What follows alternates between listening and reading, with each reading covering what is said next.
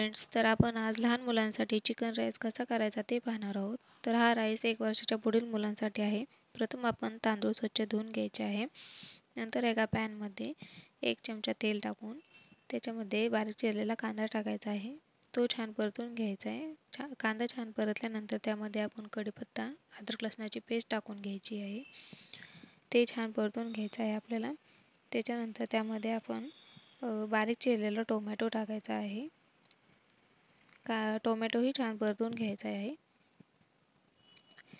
तसेच त्यामध्ये आपण बारीक चिरलेले चिकनचे पीसही टाकायचे आहेत. चिकनचे पीस 2-3 मिनिट परतून घ्यायचे आहे. त्याच्यामध्ये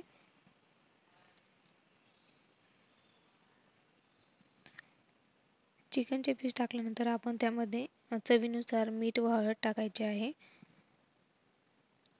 तेही छान परतून घ्यायचे आहे आपल्याला. हे परतून झाल्यानंतर आपल्याला त्यामध्ये आपण धुतलेला तांदूळ टाकायचा आहे. मी इथे 2 वाटी तांदूळ घेतलेला आहे.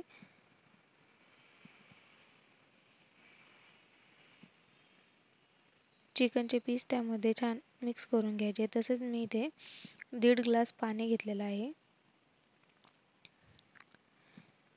पाण्याचं प्रमाण जास्तच ठेवायचं जेणेकरून चिकनही शिजले जाईल त्याच्यामध्ये व भातही छान शिजला जाईल.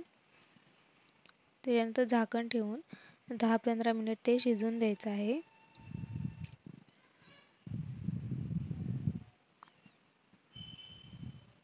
अशा प्रकारे आपला चिकन राईस तयार आहे.